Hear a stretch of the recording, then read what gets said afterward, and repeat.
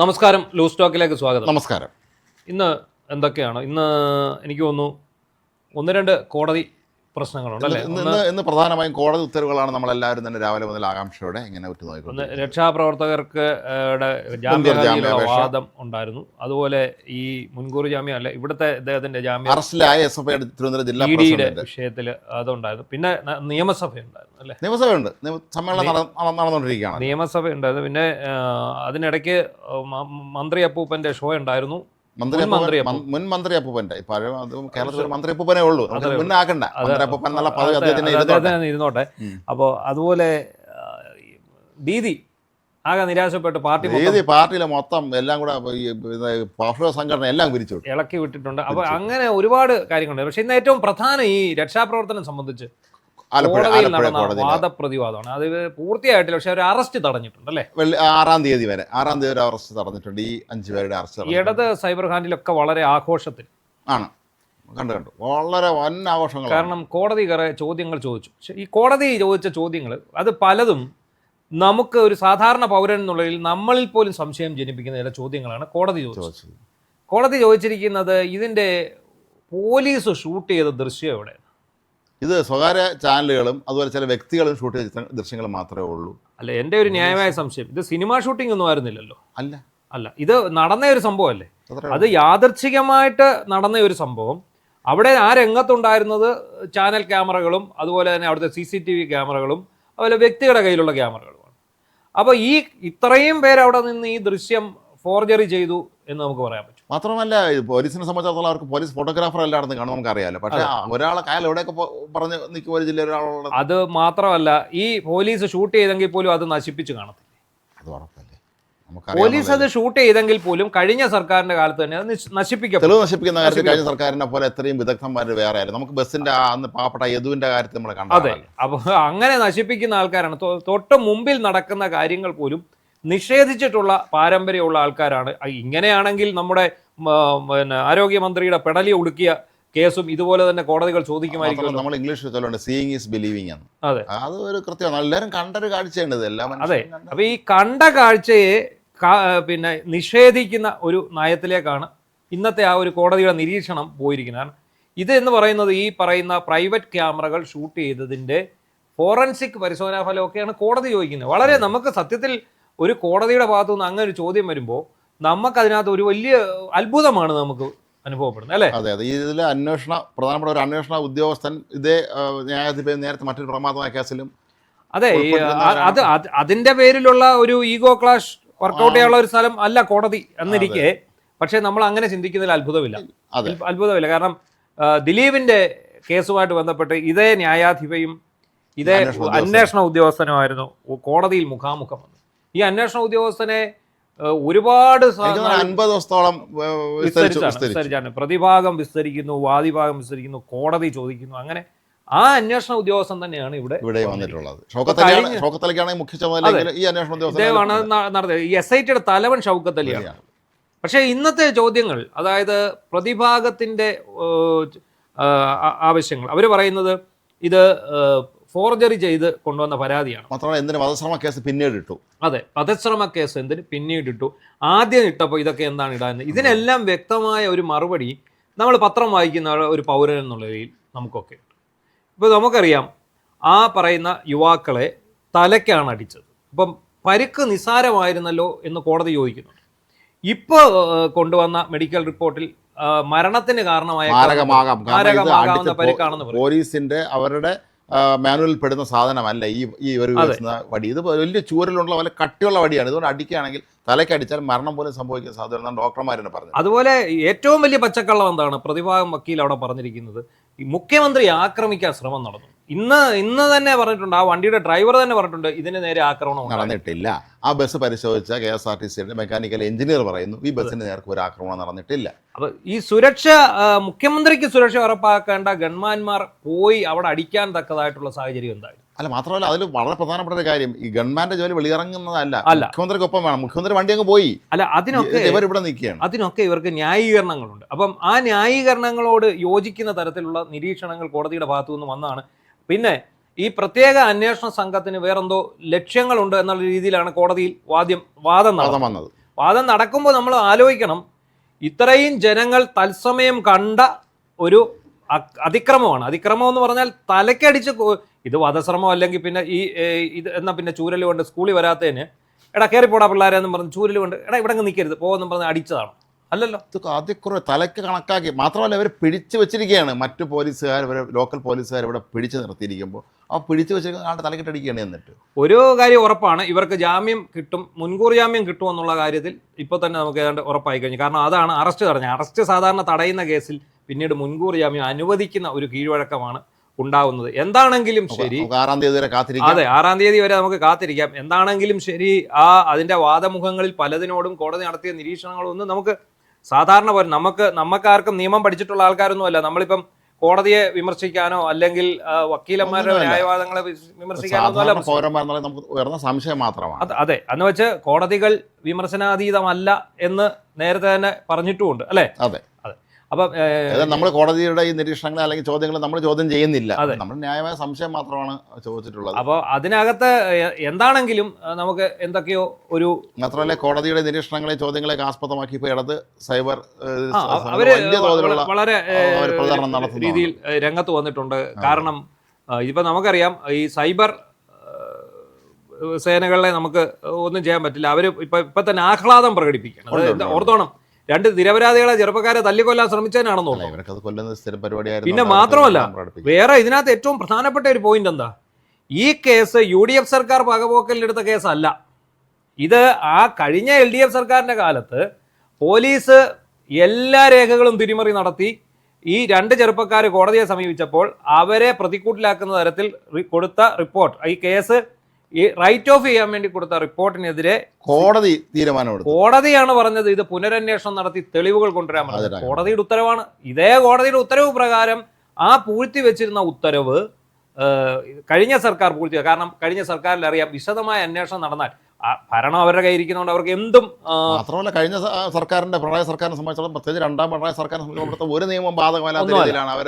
അവര് കൃത്രിമത്വം എന്തും ഉണ്ടാക്കാം. അവർക്ക് കോടതികളിൽ ഇത് ഹാജരാക്കാൻ പ്രത്യേക വിങ്ങുകൾ തന്നെ ഉണ്ടായിരുന്നു. അപ്പോൾ അങ്ങനെ ഇരിക്കുന്ന സമയത്താണ് കോടതി ഉത്തരവിടുന്നത് ഇവരുടെ ഈ കേസ് വൈൻഡപ്പ് ചെയ്യാനുള്ള നീക്കത്തെ തടഞ്ഞുകൊണ്ട് ഇത് അന്വേഷിക്കും, തുടരന്വേഷണത്തിന് കോടതി ഉത്തരവിടുന്നു. ആ ഉത്തരവ് UDF സർക്കാർ അധികാരത്തിൽ വന്നപ്പോൾ അവരത് അന്വേഷിക്കാൻ ഒരു പ്രത്യേക ടീമിനെ നിയോഗിക്കുന്നു. അവർക്ക് വേറെ ഒരു തെളിവും ശേഖരിക്കേണ്ട കാര്യമില്ല. കാരണം മൊഴികള്, സാക്ഷികളുടെ മൊഴികള്, ഇപ്പം നമുക്കറിയാം ജയ്ഹിന്ദ് TVയുടെ ക്യാമറാമാനെ അടക്കം ഒരു മൊഴിയെടുത്തു. അപ്പൊ ഇവരൊക്കെയാണ് സാക്ഷികൾ. അവിടെ നിന്നിരുന്ന പൊതുജനങ്ങളും മാധ്യമപ്രവർത്തകരുമാണ് സാക്ഷികൾ. മാത്രമല്ല ഈ ദൃശ്യങ്ങൾ വേറെ ആർക്കും ഫാബ്രിക്കേറ്റ് ചെയ്യാൻ കഴിയില്ല, ഒന്നും ചെയ്യാൻ പറ്റില്ല. അത് കാരണം തത്സമയ ദൃശ്യങ്ങളാണ്. അടിക്കുന്നവരുടെ മുഖം വ്യക്തമാണ്, അവരുടെ ഉദ്ദേശം വ്യക്തമാണ്, അവർ കാണിച്ച കൃത്യവിലോപം വ്യക്തമാണ്. ഇത്രയും കാര്യങ്ങൾ നീറ്റായിട്ട് നിൽക്കുമ്പോൾ ഇതിനകത്ത് എന്ത് ദുരുദ്ദേശമാണ് SITക്കുള്ളതെന്നാണ് തോന്നുന്നത്. അതെ, അതൊരു സ്വാഭാവികമായ ഒരു സംശയം തന്നെയാണ് ഇപ്പോൾ വരുന്നത്. അതെ, അപ്പോൾ അങ്ങനെ ഒരു ദുരുദ്ദേശം SIT കൊണ്ടെന്നുള്ള തരത്തിലുള്ള വാദമുഖങ്ങൾ അവിടെ നടന്നു. അതിനെ ന്യായീകരിക്കുന്ന തരത്തിലുള്ള നിരീക്ഷണങ്ങൾ ഉണ്ടായി. എന്താണെങ്കിലും ശരി, നമുക്ക് ഒരു കാര്യം ഉറപ്പായി, ഇവർക്ക് എന്തായാലും മുൻകൂർ ജാമ്യം കിട്ടും. ഇനി ഈ വധശ്രമത്തിലുള്ള വകുപ്പ് കൂടി ഇത് കുറവ് ചെയ്തിട്ടാകുമോ ആണെങ്കിൽ ചെയ്യുക എന്നുള്ളത് അറിയില്ല. പക്ഷേ അങ്ങനെ വരുമ്പോൾ എനിക്ക് തോന്നുന്നു അന്വേഷണ സംഘം മേൽക്കോടതിയെ സമീപിക്കാനുള്ള സാധ്യത വളരെ കൂടുതലായിട്ടുണ്ട് ഈ മുൻകൂർ ജാമ്യം അനുവദിച്ച നടപടിക്കെതിരെ. എന്താണെങ്കിലും ശരി, വളരെ വിചിത്രമായിട്ടാണ് ഇന്ന് നമുക്ക് തോന്നിയത്. കൺമുന്നിൽ നടന്ന ഒരുപാട് ആൾക്കാർ കണ്ട ഒരു വലിയ മാരകമായ ഒരു നരനായാട്ട് അതിന് ഫോറൻസിക് തെളിവുകൾ ചോദിക്കുന്നത് പോലുള്ള കാര്യങ്ങളാണ്. അത് ഒരുപക്ഷെ കോടതിയുടെ നടപടിക്രമങ്ങളായിരിക്കാം, നമുക്കതറിയില്ല. നിയമത്തിൽ നമുക്ക് ഈ ഇത്രയും നാളും പത്രപ്രവർത്തനം നടത്തി ഉണ്ടായി കിട്ടിയ പരിമിതമായ പരിചയം മാത്രമേ നമുക്കുള്ളൂ. അത് കോടതികളുടെ വഴിക്ക് പോട്ടെ. എങ്കിൽ പോലും നമ്മളൊരു സാധാരണക്കാരന്റെ ഭാഗത്ത് നിന്ന് ഇത് ചോദിച്ചു എന്ന്. ഈ അടിയുടെ കാര്യം പറയുമ്പോഴാണ് നമ്മൾ അടുത്ത് ചിന്തിക്കേണ്ടത് തിരുവനന്തപുരത്തെ ED ഓഫീസിന്റെ മുന്നിലെ അടി. അതെ, ED ഓഫീസിന്റെ മുമ്പിലെ അടിയിൽ ഈ കേസ് അട്ടിമറിക്കാൻ പോലീസിന്റെ ഭാഗത്തു നിന്ന് തന്നെ ശ്രമം നടന്നു. പിണറായി പോലീസാണ്, നമ്മൾ പറഞ്ഞ കാര്യമാണ്. ഇത് പിണറായി പോലീസാണ് ഇവിടെ ഉള്ളത്. നമ്മൾ നേരത്തെ സംസാരിച്ചിട്ടുണ്ട്.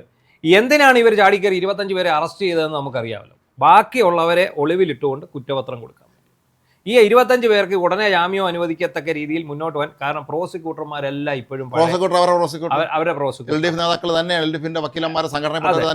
എല്ലാ സംവിധാനവും ഇപ്പം മുഖ്യമന്ത്രി കസേരയിൽ VD സതീശനും ആഭ്യന്തരമന്ത്രി കസേരയിൽ രമേശ് ചെന്നിത്തല ഇരിക്കുന്നു എന്നുള്ളതല്ല, കേരളം ഇപ്പോഴും ഭരിക്കുന്നത് LDF തന്നെയാണ്. LDF പിണറായിസ്റ്റുകൾ തന്നെയാണ്. അത് പിണറായി ആരെയൊക്കെ ചോദിച്ചു അവരെ ഒന്നും അങ്ങോട്ട് മാറ്റാനുള്ള ഒരു സാവകാശം എന്തായാലും നമ്മുടെ മുഖ്യമന്ത്രിക്കും ആഭ്യന്തരമന്ത്രിക്കും അവരുടെ ഹൈക്കമാൻഡിനും ഒന്നും ഏതായാലും പ്രത്യേക അന്വേഷണ സംഘത്തെ രൂപീകരിച്ചിട്ടുണ്ട് ഫോർ കണ്ടോൺമെന്റ് ASCയുടെ നേതൃത്വത്തിലുള്ളതാണ്. പക്ഷേ എനിക്ക് ഇപ്പോഴും ചോദിക്കേണ്ട ഒരു സംശയം, ഇതിൽ മ്യൂസിയം പിന്നെ SHO ഇതിൽ ഉണ്ട്. SHOയ്ക്കാണ് SIT തലവനാണ് ACP വിജയേന്ദ്രൻ. ഇതിന്റെ നേതൃത്വം ഇത് അന്വേഷണം നടത്തുന്നത് ഈ പറഞ്ഞ പോലീസ് ഓഫീസേഴ്സ് അസോസിയേഷന്റെ സംസ്ഥാന പ്രസിഡന്റായിട്ടുള്ള പ്രശാന്ത് എന്ന് പറയുന്ന SHOയാണ്. പിന്നെ ഇതിനകത്ത് വന്ന് പെട്ടിരിക്കുന്നതെല്ലാം കോടിയേരി ബാലകൃഷ്ണന്റെ മകന്റെ സുഹൃത്തുക്കളാണ്. കോടിയേരി ബാലകൃഷ്ണന്റെ മകൻ എന്ന് പറഞ്ഞാൽ കിരീടം വയ്ക്കാത്ത രാജാവായിരുന്നു ഇവിടെ. അയാളുടെ അച്ഛൻ ആഭ്യന്തരമന്ത്രി. അന്ന് ബിനീഷിനുണ്ടാക്കിയ ഒരു ബന്ധമുണ്ട് ഈ ഉദ്യോഗസ്ഥരുമായിട്ട്. എല്ലാ ഉദ്യോഗസ്ഥരുമായിട്ടും അയാൾക്ക് ബന്ധമുണ്ട്. ആ ബന്ധം എത്ര ഭരണം മാറിയാലും ആ ഒരു കൂറ് ബിനീഷിനോട് അവർക്കുണ്ട്. അല്ല, അതുകൊണ്ട് തന്നെയാണ് ഇനിയിപ്പോ നേതാക്കന്മാരിലേക്ക് അന്വേഷണം നീളാൻ അത് സംസ്ഥാന സർക്കാർ ഇടപെടല്ല, ED ആണ് ഇനി അടുത്ത കളത്തിൽ. അല്ല, അപ്പൊ ഇതുമായിട്ട് ബന്ധപ്പെട്ട് നമ്മൾ പറഞ്ഞു വന്നത് എന്താണെന്ന് ചോദിച്ചാൽ, ഇന്ന് ആ വിമൽ വിജയ് എന്ന് പറഞ്ഞ SFIയുടെ ജില്ലാ പ്രസിഡന്റ് അയാൾ പോലീസിനെ ആക്രമിച്ച കേസിൽ അയാൾക്ക് ഇന്ന് ജാമ്യം കിട്ടത്തക്ക തരത്തിലുള്ള പരിപാടികളൊക്കെ പോലീസിന്റെ ഭാഗത്തു നിന്നുണ്ടായി. അന്വേഷണ റിപ്പോർട്ടിന്റെ കാര്യത്തിലും കോടതി നൽകിയ റിപ്പോർട്ടിലും ഒക്കെ ഈ ചെറുപ്പക്കാരന് ജാമ്യം കിട്ടത്തക്ക രീതിയിലാണ് മുന്നോട്ട് പോയതെങ്കിലും കോടതി ജാമ്യം കൊടുത്തില്ല. കാരണം കോടതിക്ക് അത് അങ്ങനെ ജാമ്യം കൊടുക്കാൻ പറ്റത്തില്ല. അത് കൊടുത്താൽ ഒരു വലിയ കീഴ്വഴക്കം സൃഷ്ടി. മാത്രമല്ല ബാക്കിയുള്ള ആശമാരെല്ലാം പെട്ടെന്ന് ഇറങ്ങി. അല്ല, ഇറങ്ങുന്നതല്ല പ്രശ്നം, ഇനിയും ഇത് ഇവിടെ ആവർത്തിക്കും. ഇവരെ ഇങ്ങനെ ചുമ്മാ ഇറക്കി അങ്ങോട്ട് വിട്ടാൽ നാളെ തൊട്ട് ഏതെങ്കിലും കേന്ദ്ര ഏജൻസി വന്നാൽ പോയി അടിയിടാന്ന് പറഞ്ഞാൽ അന്നും കോടതി ചോദിച്ചിരുന്നു, നിങ്ങൾ ചെയ്തതിന്റെ നാട്ടുകാരെല്ലാവരും കണ്ടതാണല്ലോ ദൃശ്യങ്ങൾ, തിരുവനന്തപുരത്ത് നടന്ന സംഘർഷം എല്ലാവരും കണ്ടതാണല്ലോ എന്ന് പ്രത്യേകം പറഞ്ഞിട്ടുണ്ടായിരുന്നു അന്ന് കോടതി. ആ ദൃശ്യങ്ങളെ ഒന്നും കോടതിക്ക് കണ്ടില്ലെന്നും നടിക്കാൻ കഴിയില്ല. അതിനൊന്നും ഈ കോടതി ഫോറൻസിക് തെളിവ് ചോദിച്ചിട്ടുമില്ല. ഇപ്പോഴത്തെ അല്ല, ഇവർ നടത്തിയ സംഘടിത ആക്രമണം തന്നെയാണല്ലോ, അതൊക്കെ യാതൊരു സംശയമില്ല. വളരെ വെൽ പ്ലാൻഡ് അല്ല. കവറിൽ മുട്ട കൊണ്ടുവരുന്ന ഈ മുട്ട എടുത്തൊക്കെ എറിയാന്ന് പറഞ്ഞ് ഇത് ഹൈവേ റോബറിയുടെ ഭാഗമായിട്ടുള്ള ഈ മുട്ട എറിഞ്ഞ് ഗ്ലാസ്സിൽ കാറിന്റെ വിൻഷീൽഡിൽ മുട്ട എറിഞ്ഞതിന് ശേഷം അവരെ തടഞ്ഞു നിർത്തി മോഷണം നടത്തുന്നത് അതിന്റെ ഒരു പതിപ്പൊക്കെയാണ്. അപ്പൊ ഇത് കൃത്യമായി പ്ലാൻ ചെയ്തിരുന്നു. മുട്ട എറിയുക, ഇഷ്ടിക കൊണ്ടുവന്ന് അത് അടിച്ച് പൊട്ടിക്കുക, ഗ്ലാസ്സിലെ വലിയ വടി കൊണ്ടുവന്ന് ഇരുമ്പ് വടി കൊണ്ടുവന്ന് അടിക്കുക, ആളുകൾ ആക്രമിക്കുക, ഇതൊക്കെ പറയുന്നത് ഇത് പ്ലാൻ ചെയ്യാതെ ഒരിക്കലും നടപ്പിലാക്കാൻ പറ്റില്ല. എന്തായാലും പിണറായിസ്റ്റുകൾ ഇപ്പോഴും ഭരിക്കുന്ന കേരളത്തിൽ ED അങ്ങനെ വിട്ടുകൊടുക്കാൻ തയ്യാറായിട്ടില്ല. ED ഇതിന് CBI അന്വേഷണം ആവശ്യപ്പെട്ട് കോടതിയെ സമീപിക്കാനുള്ള സാധ്യത ഉണ്ട്. കാരണം അവർക്ക് കേന്ദ്ര അന്വേഷണ ഏജൻസി എന്നുള്ളതിൽ അവർക്ക് EDക്ക് അറസ്റ്റ് ചെയ്യാനുള്ള അനുവാദം പോലും സത്യത്തിൽ ഇല്ല എന്നുള്ളതാണ് യാഥാർത്ഥ്യം. അല്ല, ഈ സന്ദർഭത്തിൽ നമ്മൾ ഇവര് ED വന്നപ്പോൾ തടഞ്ഞു വെച്ച് ഈ കൈയേറ്റം ചെയ്ത സംഭവം ഉണ്ടല്ലോ, ഇതുമായി ഏതാണ്ട് സമാനത ഉള്ള ഒരു കാര്യമാണ്. നമ്മൾ എപ്പോഴും ചർച്ച ചെയ്തൊരു കാര്യം കൂടെ ആയിരുന്നത് 1994 അന്ന് TN ശേഷൻ അദ്ദേഹത്തിൻ്റെ ഇലക്ഷൻ കമ്മീഷൻ അദ്ദേഹത്തിൻ്റെ പ്രതാപകാലമാണ്. അദ്ദേഹത്തിൻ്റെ ചില നിലപാടുകൾ ജയലളിതയുടെ ചില ജനാധിപത്യ വിരുദ്ധമായ ചില രീതികൾ അദ്ദേഹം വിയോജിപ്പ് പ്രകടിപ്പിച്ച ഒരാളാണ്. പക്ഷെ പരസ്യമായി തന്നെ ഇലക്ഷൻ കമ്മീഷൻ അദ്ദേഹം വിയോജിപ്പ് പ്രകടിപ്പിക്കുകയും അതുമായി ബന്ധപ്പെട്ട ഒരുപാട് കാര്യങ്ങളിൽ അദ്ദേഹം അവർക്കെതിരെ നിൽക്കുകയും ചെയ്തു. അദ്ദേഹം ഔദ്യോഗിക കാര്യത്തിനായി ചെന്നൈയിലെത്തിയപ്പോൾ വിമാനത്താവളത്തിൽ നിന്ന് പുറത്തിറങ്ങാൻ സംഭവിച്ചില്ല ADMKക്കാർ. അവർ സംഘടിതരെ ഇതുപോലെ വന്നു. 8 മണിക്കൂർ TN ശേഷൻ ആ വിമാനത്താവളത്തിനകത്തിരുന്നു. എന്നിട്ട് പിന്നെ അവസാനം വലിയ കേന്ദ്ര സേനയും കണ്ടൊക്കെ വന്നാണ് അദ്ദേഹത്തെ ഇറക്കി കൊണ്ടുപോയി അദ്ദേഹത്തെ ഒരു ഹോട്ടലിൽ കൊണ്ട് താമസിപ്പിക്കുന്നു. എന്നിട്ട് ഹോട്ടലിലേക്ക് വരെ ചെന്ന് ഒരു കുഴപ്പമില്ല, അദ്ദേഹം സേഫായി താമസിക്കുന്നു. അദ്ദേഹം തിരികെ പോയതിൻ്റെ തൊട്ട് പിന്നാലെ വലിയൊരു സംഘം ADMK പ്രവർത്തകർ ഈ ഹോട്ടലിലേക്ക് എത്തുന്നത് പഞ്ചനക്ഷത്ര ഹോട്ടലാണ്. അടിച്ചങ്ങ് നിരപ്പാക്കി അതിൻ്റെ ആ ലോബി ഉൾപ്പെടെയുള്ള അതിൻ്റെ താഴത്തെ നില അടിച്ച് നിരപ്പാക്കി വരും. പക്ഷേ ആ ഹോട്ടലുകാർ പരാതി ഇല്ല എന്ന് പറഞ്ഞു. കാരണം പരാതി ഉണ്ട് എന്ന് പറഞ്ഞാൽ അവർക്ക് നാളെ അവിടെ ജീവിക്കണം. അതാണ് ഈ നാട്ടുകാരുടെ ഭീതിയിൽ നിന്നും ഊർജ്ജം ഉൾക്കൊണ്ട് കണ്ടാണ് ഈ രാഷ്ട്രീയ പാർട്ടികൾ ഇമാതിരി ക്രിമിനലിസം കാണിക്കുന്നത്. അതായത് അവരുടെ ഭയമാണ് ഇവരുടെ വിജയം. അതിൽ ഒരുത്തൻ ഇവരെ അടിച്ച് താഴെ ഇട്ടാൽ അതോടുകൂടി ഇവൻ തകരും. അത് വരാതിരിക്കാൻ ഇവൻ എപ്പോഴും ശ്രമിക്കും, മറ്റവനെ അടിച്ച് താഴെ ഇട്ടുകൊണ്ടേയിരിക്കും. അല്ല, ശേഷനെ പോലുള്ള തൻ്റെ ഇടവും വളരെ നല്ല ധൈര്യമൊക്കെ ഉള്ള ഒരാളായിട്ട് പോലും അദ്ദേഹത്തിന് 8 മണിക്കൂർ വിമാനത്താവളത്തിനകത്ത് ഇരിക്കേണ്ടി വന്നു എന്ന് പറഞ്ഞാൽ അവരെ പേടിച്ചു. അതാണ്. അപ്പോൾ ഈ ED എന്തായാലും CBI അന്വേഷണത്തിന് തുനിയുകയാണെന്നാണ് കേട്ടത്. കാരണം ED കക്ഷി ചേരും. ഇപ്പം എന്തായാലും ഇവിടെ 30 അംഗ SITയെ നിയോഗിച്ചിട്ടുണ്ട് ഈ ED ആക്രമിച്ച കേസ് അന്വേഷിക്കാനായിട്ട്. 25 പേരെ അറസ്റ്റ് ചെയ്തിട്ടുള്ളൂ. 200 പേരൊക്കെയാണ് പ്രതിപട്ടികയിലുള്ളത്. ആ പ്രതിപട്ടികയിലുള്ളവരാണ് ഈ പറയുന്ന V ശിവൻകുട്ടിയും ഈ പറയുന്ന കടകംപള്ളി സുരേന്ദ്രനും മേയറൂട്ടി എല്ലാം ആ ഒരു പ്രതിപട്ടികയിൽ ജോയി, അങ്ങനെ ഇപ്പോഴത്തെ MLA ആയിട്ടുള്ള V ജോയി, പിന്നെ ഇവരുടെ നേതാക്കള്, പിന്നെ ഈ ദൃക്സാക്ഷിയെ സ്വാധീനിക്കാൻ ശ്രമിച്ച റഹീം, അങ്ങനെ ഒരുപാട് പേരുണ്ട്. പക്ഷേ ഇതൊക്കെ ഈ നമ്മുടെ നിയമസഭാ മന്ദിരം ആക്രമിച്ച പോലെ തന്നെ ഒരു കേസായിട്ട് പിന്നീട് അങ്ങ് മാറി പോകുമോ എന്നൊരു നിയമസഭയ്ക്കകത്ത് നടത്തിയ ഈ അതിക്രമങ്ങൾ ഇവിടെ നടന്നിട്ടില്ല എന്ന് പറഞ്ഞവരാണ് ഇവര്. അതെ, നമ്മൾ മനുഷ്യരെല്ലാവരും കണ്ടുകൊണ്ടിരിക്കുകയായിരുന്നു ഈ നമ്മുടെ മന്ത്രിയപ്പനൊക്കെ മേശപ്പുറത്തൂടെ ഓടി നടന്ന് ഓരോന്ന് ചെയ്യുന്നത്. പക്ഷെ അങ്ങനെ ചെയ്തിട്ടില്ല എന്ന് അവർ പറയുമ്പോ അവര് പറയുന്നത് മാത്രമല്ല, കോടതിയിലാണ് ചെല്ലുന്നുണ്ടെ പറയുന്നത് ഇത് മൊഴി മാറ്റുക. ഇതേ അവസ്ഥയാണ് കണ്ണൂർ വെച്ച് വീണ ജോർജിനെ ആക്രമിക്കാൻ ശ്രമിച്ചു എന്ന് പറഞ്ഞ് വന്ന അതേ അവസ്ഥയാണ്. അതിന്റെ ഒരു ഉദാഹരണമാണ് ഇതല്ല. അതാണ് ഗറില്ല വാർഫെയർ നിങ്ങൾ കണ്ടിട്ടുണ്ടോ? അതാണ് അവിടെ നടന്നതെന്ന് ഗോവിന്ദൻ മാഷ് പറയുന്നു. അദ്ദേഹം ഗറില്ല വാർഫെയർ കണ്ടിട്ടുണ്ടോ? ദൈവത്തിന് അറിയാം, കണ്ടിട്ടില്ല. എന്തായാലും ശിവൻകുട്ടി അപ്പൂപ്പനും മന്ത്രി അപ്പൂപ്പന്റെ കൂടെ ഉണ്ടായിരുന്ന മറ്റൊരു മന്ത്രി അപ്പൂപ്പൻ, അതായത് കടകംപള്ളി സുരേന്ദ്രൻ, രണ്ടുപേരും കൂടെ വേറൊരു പരിപാടിക്ക് പോയി. ശ്രദ്ധിച്ചായിരുന്നു ഇന്നത്തെ ഏറ്റവും കോമഡി പീസ്. എന്നും ഈ CPM-ന്റെ നേതാക്കളിൽ നിന്നോ മുൻ മന്ത്രിമാരിൽ നിന്നോ നിലവിലുള്ള MLA-മാരിൽ നിന്നോ ഒക്കെ എന്തെങ്കിലുമൊക്കെ ഒരു കോമഡി ഷോ. നമ്മളെപ്പോഴും പറയാറുള്ള കാര്യമാണ്. പണ്ടൊക്കെ കമ്മ്യൂണിസ്റ്റ് നേതാക്കന്മാർ നമ്മളെല്ലാവരും ആദരവോടെ, രാഷ്ട്രീയപരമായി അവരെ എതിർഭാഗത്ത് നിൽക്കുന്നവർ പോലും ആദരവോടെയാണ് എപ്പോഴും കണ്ടത്. ഇപ്പം നേരെ തിരിച്ചാണ്, ഒരു കോമഡി പീസാണ്. ദിവസവും ഇവരുടെ ഭാഗം എന്തെങ്കിലും മനുഷ്യനെ വിഷമം ചിരിക്കാനുള്ള കാര്യം കാണും. ഇവരുടെ ഭാഗത്ത് നിന്ന് ഇപ്പോൾ ഒരു പിടിവള്ളി അവർക്ക് കിട്ടിയിട്ടുണ്ട്.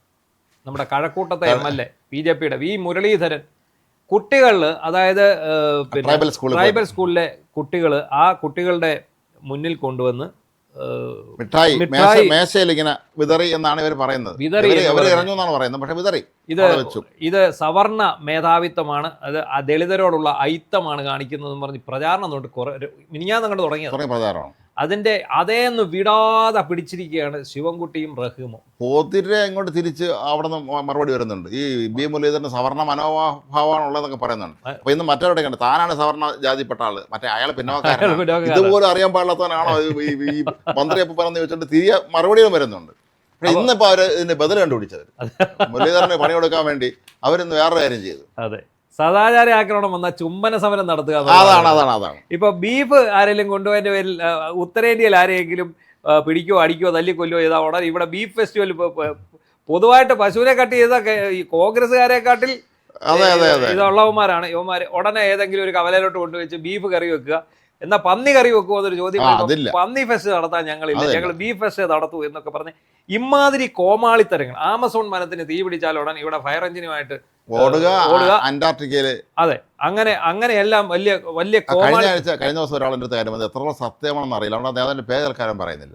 നമ്മുടെ അവിടെ പിന്നെ വെനിസ്വേലയിൽ ചെന്ന് ബിൽഡറെ പിടിച്ചോണ്ടെന്നല്ലോ.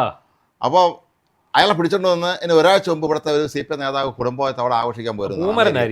ആരെന്നറിയില്ല, ഏതോ ഒരാള് ഭാര്യ കുടുംബമൊക്കെ അവിടെ പോയി ആഘോഷിക്കാം. പക്ഷെ തിരിച്ചു വന്നിട്ട് ഇവര് വെനിസ്വേലയിൽ പിന്നെ അവിടെ ഈ മഡൂറോയെ ഈ അറസ്റ്റ് ചെയ്തതിനെതിരെ തെമ്മാടി രാജ്യം എന്ന് പറഞ്ഞിട്ട് ഇവിടെ കിടന്ന് സമരം ചെയ്യാൻ ചെയ്തത്. അപ്പൊ ഇവരെല്ലാരും അങ്ങ് പോയി, ഇവരൊക്കെ ഈ കുടുംബക്കാരിൽ അമേരിക്കയിലാണ്. ആമസോൺ കാർഡിന് തീ പിടിച്ചതിനെതിരെ DYFയുടെ കുത്തിയിരിപ്പ് സമരം, ഇതൊക്കെ അന്റാർട്ടിക്കയിലെ മഞ്ഞുരിക്കാലും ഇതേ പ്രശ്നമുണ്ട്. അതുപോലെയാണ് ഇപ്പൊ മിഠായി കൊണ്ടുവന്ന് എറിഞ്ഞു കൊടുത്ത് സവർണ മനോഭാവത്തിലൂടെ ഐത്താചരണം നടത്തിയിട്ടുള്ള V മുരളീധരന് താക്കീതായിട്ട് ഞങ്ങൾ കുഞ്ഞുങ്ങളുടെ കയ്യിൽ മിഠായി കൊടുക്കാനാന്ന് പറഞ്ഞ് രണ്ടുപേരും നേരിട്ട് അവിടെ ചെന്നു. കടകംപള്ളി സുരേന്ദ്രനും മന്ത്രി അപ്പൂപ്പനും രണ്ടുപേരും കൂടെ വലിയ പാക്കറ്റുകൾ മിഠായിട്ട് അവിടെ ചെല്ലുന്നു. ചെന്നപ്പോഴാണ് വിദ്യാഭ്യാസ മന്ത്രി ആയിരുന്ന ഇദ്ദേഹത്തിനൊന്നും അറിയാൻ പാടില്ലാത്ത മഹാസത്യമാണ്. റെസിഡൻഷ്യൽ ട്രൈബൽ സ്കൂളാണ്. അവിടെ രാവിലെ 9 മണി തൊട്ട് വൈകുന്നേരം വരെ ആരെയും അങ്ങോട്ട് പ്രവേശിക്കില്ല. ക്ലാസ് തുടങ്ങി കഴിഞ്ഞാൽ കുട്ടികളെ കാണാൻ അനുവദിക്കില്ല. ഒടുവിൽ ഈ വീരശൂര പരാക്രമികളായിട്ട് പോയത് എങ്ങനെയാണെന്നറിയാമോ?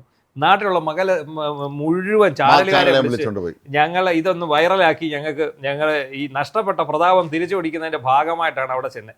അവിടെ ചെന്നപ്പോഴാണ് അറിയുന്നത്, അവിടുത്തെ സൂപ്രണ്ട് പറഞ്ഞു അവിടെ നിന്നുകൊണ്ട് അകത്തോട്ട് കയറിയേക്കരുത്.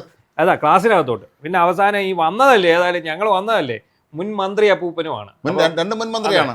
പക്ഷെ ഈ ആൾക്കാർക്ക് അവിടെ ഒരു തൃണത്തിന്റെ വില പോലും ഇവര് കൊടുക്കാതെ ഇവരെ നേരെ കൊണ്ടുവന്ന് പിന്നെ ഓഫീസിലൊക്കെ ഇരുത്തി അവിടെ നിന്ന് കാര്യമൊക്കെ പറഞ്ഞിട്ട് പോകാൻ നേരം ഈ മിഠായിയുടെ പാക്കറ്റ് അധ്യാപകരെ ഏൽപ്പിച്ചിട്ട് പറഞ്ഞു, അപ്പൂപ്പന്മാർ തന്നാണെന്ന് പ്രത്യേകം പറയണം, നിങ്ങൾക്ക് സമയം കിട്ടുമ്പോൾ നിങ്ങൾ ഇത് ഒന്ന് കൊടുത്തേക്കണം, ഇന്നോ നാളെയോ മറ്റന്നാളോ മേശയിൽ വിതറരുത്, അവരെ കയ്യിൽ കൊടുത്തതിന് ശേഷം ഞങ്ങൾ നിങ്ങളുടെ കയ്യിൽ മിഠായി നൽകാൻ വന്നവരാണ്. മന്ത്രി അപ്പൂപ്പൻ സാറിന്റെ അധ്യാപകന്റെ കൈ വഴി കുട്ടികളിലേക്ക് ഏൽപ്പിക്കുകയാണ്. ഇവർക്ക് ഈ മിഠായി വിപ്ലവത്തിന് ശേഷം ഒരുപാട് വിപ്ലവങ്ങൾ വേറെ നടത്താനുള്ളതുകൊണ്ട് സമയമില്ലാത്തതുകൊണ്ടും മയന്ത്രം വരെ കുത്തി ഇരിക്കാനും വയ്യാത്തതുകൊണ്ടും ഈ മന്ത്രി അപ്പൂപ്പനും ഈ കടകംപള്ളി അപ്പൂപ്പനും ഒക്കെ കൂടെ പതുക്കെ അവിടുന്ന് സ്ഥലം കാര്യം. സോഷ്യൽ മീഡിയയിൽ പലരും ചോദിക്കുന്നൊരു ചോദ്യം നമ്മൾ നേരത്തെ പറഞ്ഞതാണ്, ഈ 5 വർഷം വിദ്യാഭ്യാസ മന്ത്രിയായിരുന്ന ആളിന് ഒരു റെസിഡൻഷ്യൽ സ്കൂളിന്റെ സർക്കാർ റെസിഡൻഷ്യൽ സ്കൂളിന്റെ അവസ്ഥ പോലും ഇതിന്റെ ക്ലൈമാക്സ് വേറെയാണ്.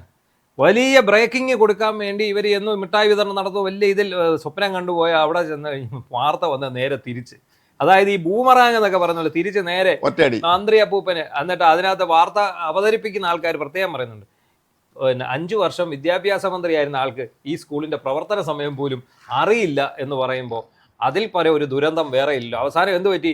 ഇദ്ദേഹം ദുരന്തമായി മാറി. അദ്ദേഹം ഒരു ദുരന്തം മുതലെടുക്കാൻ ചെന്നതാണ്, അങ്ങനെ ഇദ്ദേഹം ഒരു ദുരന്തമായി. കൂടെ കൊണ്ട് ആളിനെ എന്താണെന്നറിയാമോ, ഈ കടകംപള്ളിയെ കൂടെ കൂട്ടി എന്തിനാണെന്ന് മനസ്സിലായില്ല.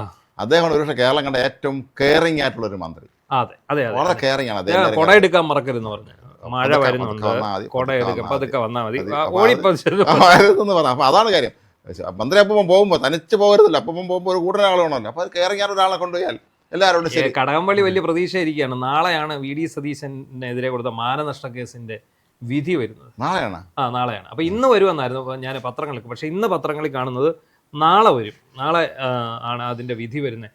അപ്പോൾ ആ വിധിയിൽ എന്തൊക്കെയോ അദ്ദേഹത്തിന് പ്രതീക്ഷയുണ്ട്, പ്രതീക്ഷിക്കാനുള്ള കാര്യങ്ങളൊക്കെ ഉണ്ട് എന്നുള്ളതാണ്. അപ്പോൾ നമുക്ക് ഇനി നമ്മുടെ വിഷയം നിയമസഭയിലേക്ക് പോകാം. നിയമസഭ കൂടിക്കൊണ്ടിരിക്കുകയാണ്. രസകരമായ കാര്യം, നിയമസഭയിൽ ഇപ്പോഴത്തെ പ്രതിപക്ഷം ആരാണ് എന്ന് ആരെങ്കിലും ചോദിക്കുകയാണെങ്കിൽ നമ്മൾ LDF അല്ല, BJP 3 പേരുണ്ട്. ഈ 3 പേരാണ് ഇപ്പോൾ അവിടുത്തെ പ്രതിപക്ഷത്തിന്റെ റോള് നിർവഹിച്ചുകൊണ്ടിരിക്കുന്നത്. അത് പ്രത്യേകിച്ച് അവരുടെ നിയമസഭാ കക്ഷി നേതാവായിട്ടുള്ള ചാത്തന്നൂർ MLA ബി ഗോപകുമാർ ഇന്ന് അലക്കി വെളുപ്പിച്ചു. ഇന്നലെ അലക്കി പുള്ളി ഇന്നലെ എടുത്തിട്ട് അടിച്ചതെന്ന് പറഞ്ഞാൽ പിണറായി വിജയനെ അവിടെ ഇരുത്തി. അതോടുകൂടി പിണറായി വിജയനെ പിന്നെ കണ്ടിട്ട് ഇന്ന് പിണറായി വിജയനെ കണ്ടതല്ലേ. ജനീഷ് കുമാറൊക്കെ ഇന്ന് ഏതാണ്ടൊക്കെ ഇന്നലെ അദ്ദേഹം പിന്നെ ഈ മുഖ്യമന്ത്രി പ്രതിപക്ഷ നേതാവ് പറഞ്ഞത് നരേന്ദ്രമോദി അതെ നരേന്ദ്രമോദി ട്രംപിനെ പേടിച്ച് അദ്ദേഹത്തിന്റെ കാല് വീഴുകയാണ് എന്നാണ് പറഞ്ഞത്. അപ്പോഴാണ് ഇദ്ദേഹം പറഞ്ഞത് ഇഡിയെ പേടിച്ച് ഉറങ്ങാതെ നടക്കുന്ന പ്രതിപക്ഷ നേതാവാണ്. അപ്പോൾ അത് ഭയങ്കരമായിട്ട് ഇവർക്ക് കൊണ്ടു കഴിഞ്ഞ ഉടനെ അടുത്ത പ്രശ്നം ആരാണ് ഇയാൾക്ക് പ്രസംഗിക്കാൻ അവസരം കൊടുത്തത്? അപ്പൊ ഇയാൾക്ക് അബദ്ധം പറ്റിയത് ആരാണ് ഇയാൾക്ക് പ്രസംഗിക്കാൻ അവസരം കൊടുത്തത്? അപ്പം നമ്മുടെ സ്പീക്കർ പറയുന്നുണ്ട് പുള്ളിക്ക് ഒരു ചെറിയ അനുകമ്പ തോന്നി. അദ്ദേഹത്തിന് കൊടുക്കുകയും ചെയ്തു, അദ്ദേഹം പ്രസംഗം തുടങ്ങുകയും ചെയ്തു. പിന്നെ എങ്ങനെയാ നമ്മൾ പറയുന്നത്, അദ്ദേഹം അങ്ങ് പ്രസംഗിച്ചോട്ടെന്ന് പറഞ്ഞു. ഇന്ന് പക്ഷേ അതിലൂടെ കൂട്ടി അദ്ദേഹം ഇന്ന് കൊടുത്തത് ഭരണപക്ഷത്തിനിട്ട് കൊടുത്തതിനകത്ത് അദ്ദേഹം ചോദിച്ചത് വളരെ വ്യക്തമായ നമ്മളെല്ലാം ചോദിക്കാൻ ആഗ്രഹിച്ചിരുന്ന ഒരു ചോദ്യമായിരുന്നു. അപ്പം ചോദിച്ചു സ്വർണം കട്ടവൻ ആരപ്പ സഖാക്കളാണ് അയ്യപ്പ ഈ പാട്ട് പാടി 2 തെരഞ്ഞെടുപ്പിൽ നേട്ടം ഉണ്ടാക്കിയ UDF അധികാരത്തിൽ ഇപ്പൊ അവർക്ക് ഇതേക്കുറിച്ച് ഒന്നും മിണ്ടാനില്ല. ശബരിമല വിഷയത്തിൽ അവർക്ക് അന്വേഷണമില്ല, അവർക്ക് ഇതേക്കുറിച്ച് ഒന്നും മിണ്ടാനില്ല. അപ്പൊ അത് എന്തുകൊണ്ടാണ് എന്ന് അദ്ദേഹം ചോദിക്കുന്നുണ്ട്. ശരിക്കും പറഞ്ഞാൽ പ്രതിപക്ഷം അപ്പുറത്തിരിക്കുന്ന LDF ഉത്തരം മുട്ടി കണ്ണുകള്ളി ഭരണകക്ഷിക്കാർക്ക് ഒന്നും പറയാനില്ല. അതെ. അപ്പൊ അങ്ങനെ വന്നു കഴിഞ്ഞപ്പോൾ എന്താണ് ഈ ഡീലാണെന്ന് പറയുന്നത്. ആരാ പറയാന്നറിയോ? നമ്മുടെ ജനീഷ് കുമാറിന്റെ പ്രസംഗം കേൾക്കാൻ നമുക്കൊരു ബുദ്ധിമുട്ട് തോന്നും. പുള്ളി ഈ ബുദ്ധിമുട്ടെന്ന് കാണും. പുള്ളി ഇങ്ങനെ പ്രസംഗിക്കാൻ വരുമ്പോൾ പുള്ളി ഇങ്ങനെ പറയാൻ എന്തൊക്കെയോ പുള്ളിയുടെ ഉള്ളിലുണ്ട്, പക്ഷെ പുറത്തോട്ട് വരുന്നില്ല. അപ്പൊ പുള്ളി ഇന്ന് പറഞ്ഞു വന്ന് അയൽ വീട്ടുകാരെ കടിക്കാതെ എന്ന് പറഞ്ഞ അണലിയെ വളർത്തിയിട്ട് ഈ അണലി നമ്മളെ കടിക്കുമെന്ന് ഓർമ്മയാണ്. അതായത് ഇവർ BJP കോൺഗ്രസ് ബാന്ധവം ഇവിടെ ഉണ്ട്, അവർക്ക് സീറ്റ് കൊടുത്തത് അങ്ങനെയാണ് എന്ന് ആണ് അദ്ദേഹം പറഞ്ഞുകൊണ്ട് വയ്ക്കുന്നത്. അദ്ദേഹത്തിന്റെ രീതികൾ അതാണ്. എന്താണെങ്കിലും BB ഗോപകുമാർ കത്തിക്കയറുകയാണ്. മുരളീധരനും അതേപോലെ തന്നെ അദ്ദേഹത്തിനെതിരെ ഇവർ കൊണ്ടുവന്ന ഈ ഇന്നലത്തെ ഈ മിഠായി വിവാദമൊക്കെ അത് ഈസി ആയിട്ട് തന്നെ പറഞ്ഞു. ഇതൊക്കെ എന്താണ് അദ്ദേഹം പറഞ്ഞു. അദ്ദേഹത്തിന് പോകാൻ തിരക്കുണ്ടായിരുന്നു, അദ്ദേഹം വൈകിയാണ് വന്ന് മന്ത്രി ഇറങ്ങിയിട്ടുണ്ട്. അദ്ദേഹം പെട്ടെന്ന് പാക്കറ്റ് പൊട്ടിച്ചാണ് അവിടെ കൊടുത്തോണം, അതല്ലാതെ ഓരോരുത്തരും കൈ കൊടുക്കാനുള്ള സമയം ഉണ്ടായിരുന്നിരിക്കില്ല. അപ്പോൾ അങ്ങനെ BB ഗോപകുമാർ BJPയുടെ ഒരു വലിയ മുഖമായിട്ട്. അല്ല, മാത്രമല്ല ഇത് നമ്മളിവിടെ ശ്രദ്ധിക്കേണ്ട കാര്യം, BJPയിൽ 3 പേരേ ഉള്ളൂ എങ്കിലും അവർ അതിശക്തമായ തോതിൽ അവർ ഫൈറ്റ് നടത്തുന്നുണ്ട്. ഇത് അടുത്ത നിയമസഭാ തെരഞ്ഞെടുപ്പിനൊക്കെ തന്നെ അവരെ വളരെയേറെ സഹായകരമായി മാറും. BJP പാർട്ടി തലത്തിൽ ഇപ്പം സംഘടനാ തലത്തിൽ നിയമസഭാ തലത്തിൽ ഓക്കെയാണ്, പാർട്ടി സംഘടനാ തലത്തിലും ഈ കാലാകാലങ്ങളെ 8-10 മത്സരികളൊക്കെ മാറ്റി നിർത്തി നല്ല യോഗ്യതയുള്ള ആളിലേക്ക് കണ്ടുപിടിച്ച് നല്ല ചെറുപ്പക്കാർ ഇഷ്ടംപോലെ നല്ല ചെറുപ്പക്കാർ BJP തന്നെ അവരെയൊക്കെ അണിനിരത്തിക്കൊണ്ട് അടുത്ത നിയമസഭാ തെരഞ്ഞെടുപ്പ് ലക്ഷ്യമാക്കി നീങ്ങുകയും കൃത്യമായ സ്ഥാനാർത്ഥികളെ എല്ലായിടത്തും നിർത്തുകയും ചെയ്ത് BJPക്ക് വലിയ തോതിലുള്ള നേട്ടം ഉണ്ടാക്കാൻ കഴിയും. ഈ സീറ്റുകൾ സംബന്ധിച്ച നഷ്ടം അവരുടെ നേട്ടമാണ്. ഇതിനകത്ത് നമ്മൾ പറഞ്ഞല്ലോ BB ഗോപകുമാറാണ് ഇപ്പോഴത്തെ പ്രതിപക്ഷ നേതാവെന്ന് പറയാൻ കാരണം LDFന്റെ ഭാഗത്തു നിന്ന് സംസാരിക്കാൻ അറിയാവുന്നവരില്ല. പിണറായി വിജയൻ പറയുന്ന ഒന്നും അദ്ദേഹത്തിന് പറയുന്നതിനകത്തൊന്നും പണ്ടത്തെ പോലെയുള്ള ഒരു ഊർജ്ജമോ ഒരു ആത്മവിശ്വാസമോ പുള്ളിക്കില്ല. മാത്രമല്ല പിണറായി വിജയൻ പറഞ്ഞ നാക്കെടുക്കും മുമ്പേ ഇപ്പുറത്തുനിന്ന് സതീശന്റെ മറുപടി വരും. അതെ. പിന്നെ വേറെ ഏറ്റവും വലിയ പ്രശ്നം എന്താണെന്നറിയോ, ഈ പ്രതിപക്ഷത്തിനുള്ള ഏറ്റവും വലിയ പ്രശ്നം, പ്രതിപക്ഷത്തെന്ന് പറഞ്ഞാൽ CPM-നുള്ള ഏറ്റവും, ഈ 10 വർഷം കൊണ്ട് കാണിക്കാവുന്ന കൊള്ളരുതാഴിയെ മുഴുവൻ കാണിച്ചു, എല്ലാം കാണിച്ചു. അത് മൂന്നാം ടൈം കിട്ടുമെന്നുള്ള ധൈര്യത്തിലാണ് ചെയ്തത്. ഇപ്പൊ നേരെ തിരിച്ച് ഈ ആരോപണം ഇവർക്ക് ഉന്നയിക്കേണ്ട അവസ്ഥ വന്നിരിക്കുകയാണ്. ആർക്കാ? CPM-ന്. അപ്പൊ എന്ത് ചെയ്യാൻ പറ്റും? നേരത്തെ LDF UDF പ്രതിപക്ഷമായിരുന്നപ്പോൾ അവരുന്നയിച്ച ഈ ആരോപണങ്ങൾക്ക് പറഞ്ഞ മറുപടി എടുത്ത് ഇവരെങ്ങ് കൊടുക്കുന്നു. അതാണ് ഇന്നലെ ബാലഗോപാലിന് വയറ് നിറച്ച് കഴിഞ്ഞ ദിവസം BD കൊടുത്തത്. അങ്ങനെയാണ്. എന്താണ് ഞങ്ങൾ ഈ മണ്ടത്തരം ഞങ്ങൾ കാണിക്കുന്നത്. ഏതായാലും ഈ പിന്നെ UDF സർക്കാർ നിയമസഭയിൽ ഏറ്റവും സൂക്ഷിക്കേണ്ടത് BJP ആണെന്ന് മനസ്സിലായി. ഈ LDF പഠിക്കേണ്ട ആവശ്യമൊന്നുമില്ല, ഒരു കാര്യമില്ല. അവിടെ അവർക്ക് യാതൊരു തരത്തിലുമുള്ള ഒരു ശേഷിയില്ലെന്ന് മനസ്സിലായി. ഏതായാലും BJP സംസ്ഥാന പ്രസിഡന്റിന്റെ നിയമസഭാ അംഗമാണ്. അപ്പോൾ അവർക്ക് വളരെ കൃത്യമായി കാര്യങ്ങൾ ആസൂത്രണം ചെയ്ത് നടപ്പിലാക്കി നിയമസഭയിൽ നന്നായി പെർഫോം ചെയ്യുമ്പോൾ അവർക്കത് ഗുണം ചെയ്യും. ഇപ്പോൾ 67 സപ്തമുന്നണി മന്ത്രിസഭ വരുമ്പോഴേ അപ്പുറത്ത് കോൺഗ്രസ് മുന്നണിക്ക് ഉണ്ടായിരുന്ന 9 അംഗങ്ങളാണ്. 9 പേര് ബാക്കിയുള്ളവരാണ് ഇപ്പുറത്തിരിക്കുന്നത്. അവർ ഗംഭീരമായി പെർഫോം ചെയ്തില്ല. കെ കരുണാകരൻ പ്രത്യേക ആദായം വരികയും അവർ ഗംഭീരമായി പെർഫോം ചെയ്ത് അവർക്ക് പിന്നീട് അധികാരം പിടിക്കാനും അതൊക്കെ ചെയ്ത് അങ്ങനെ ഒരു അവസരം ലഭിച്ചത് പോലും അവർ അന്ന് ചെയ്ത ഹാർഡ് വർക്ക് കൊണ്ടാണ്. ആ മന്ത്രിസഭ താഴെ വീഴ്ത്താൻ പോലും അവർക്ക് കഴിഞ്ഞു. അപ്പോൾ ഈ അതുപോലെ തന്നെ ഇന്ന് നമ്മൾ നിയമസഭയിൽ ശ്രദ്ധിച്ച ഒരു പ്രസംഗം, നല്ലൊരു പ്രസംഗം അബിൻ വർക്കിയുടെയാണ്, ആറന്മുള MLA. അബിൻ വർക്കി നമ്മൾ ഉദ്ദേശിച്ച പോലെ നമുക്കറിയാം വളരെ മിടുക്കനായ ഒരു ചെറുപ്പക്കാരനാണ്. നന്നായിട്ട് കോൺഗ്രസിൻ്റെ യുവ നേതാക്കളുടെ ഏറ്റവും വലിയ ഗുണവും എന്നാൽ പിന്നെ CPM-ന്റെ യുവ നേതാക്കൾക്ക് ഇല്ലാത്തതുമായ ഒരു കാര്യമാണ് ഈ സംസാരിച്ച് ഫലിപ്പിക്കുക എന്നുള്ളത്. കാര്യങ്ങൾ പഠിച്ചിട്ട് വന്നാൽ നമുക്കറിയാം, നേരത്തെ നിയമസഭയിൽ ഷാഫി പറമ്പിൽ പ്രസംഗിക്കുന്ന കേട്ടാൽ നമ്മൾ അവിടെ ഇരുന്ന് കേട്ടു. അത്ര ഭംഗിയായിട്ട് അടുക്കും ചിട്ടയോടെയാണ് ഷാഫി പറമ്പിൽ MP ആയിട്ട് പോയ പറയുന്നത് രാഹുൽ മാങ്കൂട്ടാണ്. ഷാഫിയേക്കാൾ വളരെ മികച്ച രീതിയിൽ രാഹുലും പെർഫോം ചെയ്തിട്ടുണ്ട്. രാഹുലിന്റെ ആ ഒരു കാര്യത്തെ നമ്മൾ സമ്മതിക്കണം. VT ബൽറാം അവർ നന്നായിട്ട് സംസാരിക്കുന്ന മാത്യു കുഴൽനാടൻ, അതാണ് അവര് ഭരണകക്ഷിയിലിരിക്കുന്ന മിടുക്കന്മാരെ ഒരു സംഘം ചെറുപ്പക്കാർ. അതെ. അപ്പം ഇപ്പൊ അബിൻ വർക്കി കൂടെ വന്നോടെ അബിൻ വർക്കി ഇന്ന് കൃത്യമായിട്ടുള്ള കാര്യം പറഞ്ഞ് പിണറായി വിജയനെ എടുത്ത് അലക്കി കൊടുത്ത് നശിപ്പിച്ചു കളഞ്ഞു. കരിമണൽ കർത്തായുമായിട്ടുള്ള ബന്ധം, കരിമണൽ കർത്തായുടെ അളിയന്റെ കാര്യവും പിന്നെ അത് BJP-ക്കാർക്കൂടി ഇട്ട് കൂട്ടി. കരിമണൽ കർത്തായുടെ പിന്നെ സഹോദരൻ RSS-കാരനാണെന്ന് ആണ് ഇവർ പറഞ്ഞു. അബിന് നന്നായിട്ട് അബിൻ പ്രസംഗിച്ചു. അബിന് നല്ലൊരു രാഷ്ട്രീയ പ്രസംഗമാണ് സത്യത്തിൽ കാഴ്ചവെച്ചത്. അല്ല അത് വേണം. കാരണം എന്ന് വെച്ചാൽ ഈ കോൺഗ്രസ്സിൽ ഒരു അടുത്ത തലമുറ നയിക്കാൻ ഒരുപാട് ആളുകളുണ്ട്. പണ്ട് CPM-ലും ഉണ്ടായിരുന്നു. പക്ഷെ അവരെല്ലാവരും പിന്നെ ഇപ്പം വന്ന തലമുറ കോമാളികളായിപ്പോയി, അവർ കോമഡി കഥാപാത്രങ്ങളായിപ്പോയതിൻ്റെ പ്രശ്നമാണ്. പണ്ട് അങ്ങനെയല്ല. ഇപ്പം വേറൊരു വലിയൊരു തലമുറ അവിടെ ഉണ്ടായിരുന്നു, CP ജോണും അല്ലെങ്കിൽ സുരേഷ് കുറുപ്പും, അങ്ങനെ എത്രയോ പേരുണ്ടായിരുന്നു. പക്ഷെ അവരൊക്കെ പിന്നെ അവർ നിഷ്പ്രഭരാക്കി കളഞ്ഞവർ. എന്തായാലും നിയമസഭാ സമ്മേളനത്തിൽ ഇപ്പം ഒരുപാട് പുതിയ ജനപ്രതിനിധികൾ ഉള്ളതുകൊണ്ട് തന്നെ നമ്മളിത് സസൂക്ഷ്മം വീക്ഷിച്ചാണ് മുന്നോട്ട്. ഇടതുപക്ഷത്തുനിന്ന് ആരൊക്കെയാണ് ഇനി ഈ ചെറുപ്പക്കാരുടെ നിരയിൽ പുതുതായി വന്നതിൽ ആരെങ്കിലും തിളങ്ങാൻ സാധ്യത ഉണ്ടോ എന്ന് ആലോചിച്ച് നോക്കിയിട്ട് ആരുടെ ഒരു പ്രശ്നം ഇപ്പം മുഹമ്മദ് റിയാസിനൊന്നും പറയാനില്ല. കാരണം എന്താ പറയാനുള്ളത്? ഇവർക്കെതിരെയുള്ള കാര്യങ്ങളെല്ലാം വരുന്നത്. ഇതിനെ ഡിഫെൻഡ് ചെയ്യാന്ന് പറഞ്ഞാൽ ചില്ലറ പരിപാടി. ഇപ്പുറത്തിരിക്കുന്ന ഒരു വലിയ നേരെയാണ് വേറൊള്ള ആൾ ഓടിച്ച് മടക്കി കൈ കൊടുക്കുക. അതുകൊണ്ട് അതിൻ്റെ ഒരു പ്രശ്നമുണ്ട്.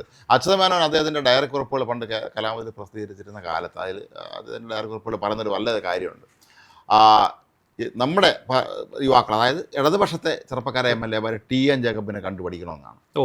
കാരണം എത്ര കൃത്യമായി പഠിച്ച് വിലയിരുത്തിയിട്ടാണ് TN ജേക്കബ് നിയമസഭയിൽ ഓരോ ചർച്ചയിൽ പങ്കെടുക്കുകയും പ്രസംഗിക്കുകയും ചെയ്യുന്നത്.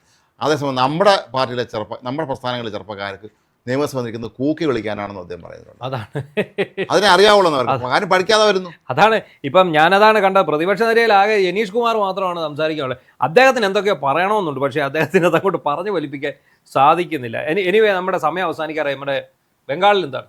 ബംഗാളിൽ നമ്മൾ കേട്ടുകേൾവില്ലാത്തൊരു സംഭവം അവിടെ നടക്കുന്നുണ്ട്. തൃണമൂൽ കോൺഗ്രസിന്റെ അവസ്ഥ നമുക്ക് പോകാൻ നന്നായിട്ട് അറിയാം. ഇവർ കൈക്കൂലി വാങ്ങലായിരുന്നു അവിടുത്തെ പ്രാദേശിക നേതാക്കന്മാരുടെ, ജില്ലാ നേതാക്കന്മാരുടെ എല്ലാവരുടെയും. അപ്പോൾ ഇപ്പോൾ ഈ നേതാക്കന്മാർ തോറ്റതിന് ശേഷം റോഡിൽ ഇറങ്ങാൻ പറ്റുന്നില്ല. അടിയെന്ന് പറഞ്ഞാൽ ഭീകരമായ തല്ലാണ്, ഓടിച്ച് തല്ലാണ്. ദേശീയ ജനറൽ സെക്രട്ടറി അവരെ അറിഞ്ഞു കളഞ്ഞു. ഇവർ പറയുന്ന BJP-ക്കാരാണ്. BJP എന്നാൽ നാട്ടുകാർ തന്നെ തന്നെയാണ്. ഞാൻ ബംഗാളിലുള്ള നമ്മുടെ അടുത്തൊരു സുഹൃത്തിനോട് ചോദിച്ചു പറഞ്ഞു, അങ്ങനെ BJP-ക്കാരൊന്നുമല്ല, നാട്ടുകാരാണ് അവരെടുത്തിട്ട് അടിക്കുന്നത്. അല്ല, അതുകൊണ്ട് ഗുണമുണ്ടായി. ഇവന്മാർ നാട്ടുകാരുടെ കയ്യിൽ നിന്ന് എല്ലാത്തിനും കൈക്കൂലി മേടിക്കുക. എന്ത് മണി അതിന്റെ പേര്? കട്ട്മണി എന്ന് പറഞ്ഞാൽ 2021 തുടങ്ങിയ പരിപാടിയാണ്. 2021 ഈ ടൈമിൽ ദീദി അധികാരത്തിൽ വന്ന സമയത്ത് തുടങ്ങിയ പണി കട്ട്മണി എന്ന് പറഞ്ഞാൽ ഇപ്പോൾ ഒരു പഞ്ചായത്ത് ഒരു ആനുകൂല്യം കൊടുക്കുക, ഒരു ഭവന നിർമ്മാണ പദ്ധതിയിൽ വീട് വയ്ക്കാനായിട്ട്. അപ്പോൾ ആ വീടിന് ഒരു വീടിന് അതിന് അനുവദിച്ച തുകയുടെ മൂല്യം അനുസരിച്ച് 15,000 മുതൽ 20,000 രൂപ വരെ വാർഡ് മെമ്പർക്കോ ഇവന്മാർക്കോ കൊടുക്കണം. കൊടുക്കണം. ഇവന്മാർക്ക് ഇത് അഡ്വാൻസ് ആയിട്ട് കൊടുക്കണം. അതായത് ആദ്യ ഗഡു കിട്ടുമ്പോഴേ കൊടുക്കണം, അല്ലെങ്കിൽ രണ്ടാം ഗഡു ഇല്ല. അല്ലെ രണ്ടാം ഗഡു ഇല്ല. അപ്പൊ അങ്ങനെ എല്ലാവരുടെയും കയ്യിൽ നിന്ന് ഇവന്മാർ പൈസ മേടിച്ചിരിക്കുകയാണ്. അങ്ങനെ ഈ 15,000 20,000 വെച്ച് മേടിച്ചവന്മാരെല്ലാം ഇപ്പൊ ജനങ്ങളുടെ ഇടയിലോട്ട് ഇറങ്ങാൻ പറ്റാത്ത അവസ്ഥ. കഴിഞ്ഞ ആഴ്ച നമ്മൾ കൊടുത്തൊരു വാർത്തയിലുണ്ടായിരുന്നു, ഒരു വിഷ്വൽ നമുക്കെല്ലാം കൊടുക്കാൻ പറ്റാവുന്ന അവസ്ഥയിലായിരുന്നില്ല. ഒരു കൗൺസിലർ ഭീകരമായ നാട്ടിൽ തന്നെ അയാൾ ഓടി രക്ഷപ്പെടുന്നു. അയാളുടെ സഹായി കൂടെ പൈസ പിരിക്കാൻ വന്നവനെ കിട്ടി, അവനെ ഇടിച്ചു മാത്രം അവനെ നഗ്നനാക്കി നാട്ടുകാർ ഓടിക്കും. അടിയുണ്ടോ ഓടുകയാണ് തുണിയില്ലാതെ. കൊൽക്കത്ത കോർപ്പറേഷനിൽ 2 കൗൺസിലർമാരെ അറസ്റ്റ് ചെയ്തു ഇതിന്റെ പേരിൽ. ഇപ്പൊ ഇവിടെ നിന്നാണ് സംഭവിച്ചിരിക്കുന്നത് ചോദിച്ചാൽ, ഈ മാതബംഗ എന്ന് പറഞ്ഞ ഗ്രാമത്തില്, അതായത് കൂച്ച് ബിഹാർ ജില്ലയിലാണ്, അവിടെ ഈ മേടിച്ച പൈസ എല്ലാം ഇവര് തിരിച്ചു കൊടുക്കുകയാണ്. ഈ മെമ്പറുടെ വീട്ടിലോട്ട് ചെല്ലുന്ന ഉടനെ മെമ്പർ എന്നിട്ടും തിരിച്ചു മേടിക്കാൻ വരാത്തവരെ കണ്ടെത്താൻ വേണ്ടി മൈക്ക് അനൗൺസ്മെന്റ് നടത്തുന്നത്. നിങ്ങൾക്കുള്ള പൈസ, നിങ്ങളുടെ കയ്യിൽ നിന്ന് വാങ്ങിയ പൈസ ഞങ്ങൾ എന്തായാലും തിരിച്ചു തരികയാണ്, അത് വേണ്ട ഈ മെമ്പറുടെ വീട്ടിൽ വന്നാൽ മതി. അപ്പോൾ ഇത് വലിയ കുഴപ്പത്തിലായതോടെ ദീദി അത് മുഴുവൻ പിരിച്ചു. അതെ, ഏതാണ്ട് പാർട്ടി പിരിച്ചുവിട്ട അവസ്ഥയാണ്. കാരണം പാർട്ടി പിളരുകയാണെന്നുള്ളതാണ് വേറെ സത്യം. പാർട്ടി മുഴുവൻ പിരിച്ചു വിട്ടു. ഈ പാർട്ടിയും കൊണ്ട് മുന്നോട്ട് പോകാൻ പറ്റാത്ത അവസ്ഥയാണ്. കാരണം വെളിയിൽ ഇറങ്ങിയ നാട്ടുകാർ തല്ലും. ഏതായാലും കേരളത്തിലെ CPI നേതാക്കന്മാരുടെ അതേ അവസ്ഥ അല്ല, 5 വർഷം കൂടെ ഈ തവണ കൂടെ തുടർഭരണം നമ്മുടെ കാരണഭൂതന് കിട്ടിയിരുന്നെങ്കിൽ എന്ത് സംഭവിക്കുമായിരുന്നു?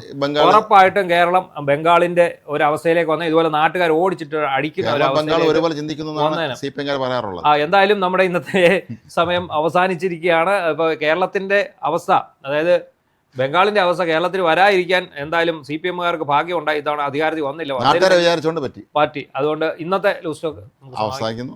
നമസ്കാരം.